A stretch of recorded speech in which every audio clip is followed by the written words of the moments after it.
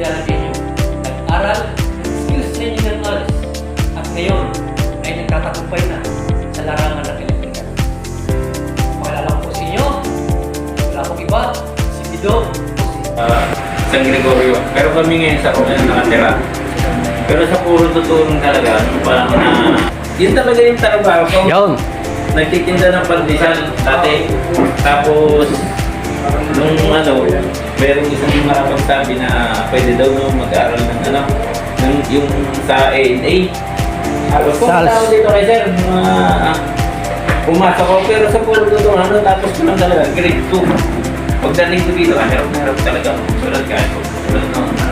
Pero kahit ano talagang aking gawain, nung panahon na yun, hindi talaga ako makapasa. Kahit ano. Sabi niya sir, pwede ka naman mag-aaral kung hindi ka makapasa sa NA, pwede ka naman mag-aaral ng TESDA. Di yung buhayin ako. Yun nga. Tapos nag-aaral ako sa kanya. Tapos nung nakapagtrabaho ako sa SBIP, building electrician, doon ko nalaman na pwede naman pala talaga, hindi naman pala talaga kailangan na graduate na ng high school o pasok nakakuha ka ng TESDA, tinatanggap ka sa dito sa mga company. So, nakapagtrabaho ako sa company, yun na lang tapos nakabili ako ng motor, nung panahon na yun. Tapos parang nag-iba yung isip ko, sabi ko, pwede pa naman palang kumuha pa kaya ako ng ibang pwede kumuha skills. Tapos ayun, inano ko na si sir yung mismo na sa automotive sa TESDA rin. Tapos nung makapasok ako sa sa automotive, yun, sa madaling sabi, nakapasa din ako. Tapos ako ay nakapag-automotive, kinuha ko din ng mechanical electrical.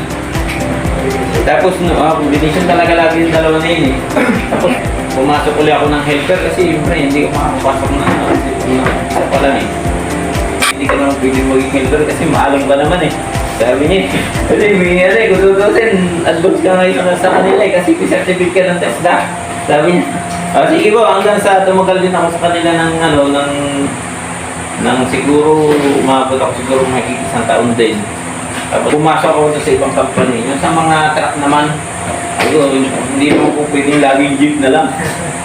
Hanggang sa yun, di pumasok ako matutulang talaga ako sa kanila. Pumasok ko kahit minimum lang ang sahod. Tapos nung natuto ako sa mga truck, lipat na naman ako sa ibang company. Hanggang sa nakarating ako sa heavy equipment, electrician. Nung maalam na ako, hindi naman ako, malis na ako sa kanila. Nag-per-kontrata na lang ako.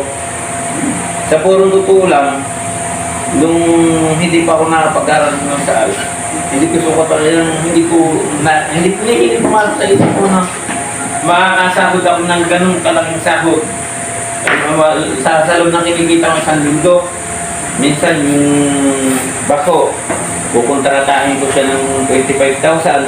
Saglit ko lang gagawin yan, mga lang yan, mga 5 araw lang, minsan wala pa. Doon ko naisip na hindi ko sukat akalain na makakarating pala ako ng ganito. Minsan pag nagpapasa ako ng quotation sa kanila, sa libro lang yun minsan ay pinapasa ko lang 120. Yung libro, bayad lang yun sa libro yun. Nito nga nakaraan, pinasa ko sa kanila yan 250. Siguro wala pa isang linggo gagawin yun. Yun yung mga bagay na yun yung mga bagay na hindi ko sukat akala yung maaabot o para sa electrical dapat yung madagdagan. Kasi ang problema kasi dyan, habang tumatagal, pabago, nagiging electronic. Yun ang kailangan sabayan, huwag kayo magpapaiwan. Kasi pag nagpaiwan kayo doon, wala na, kawawa kayo. At katulad po ng narinig ninyo, diba? Siya po ay dating nag-aral sa ALS. Kumuha ng ANA test, ngunit hindi nakapasa. Hindi nawala ng pag-asa. Attend ng skill training ng ALS at ngayon ay nagtatagumpay na sa larangan na pinili niya. Sana ay nakapagbigay ng inspirasyon si Guido sa inyo. At muli, palakpakan natin, Guido.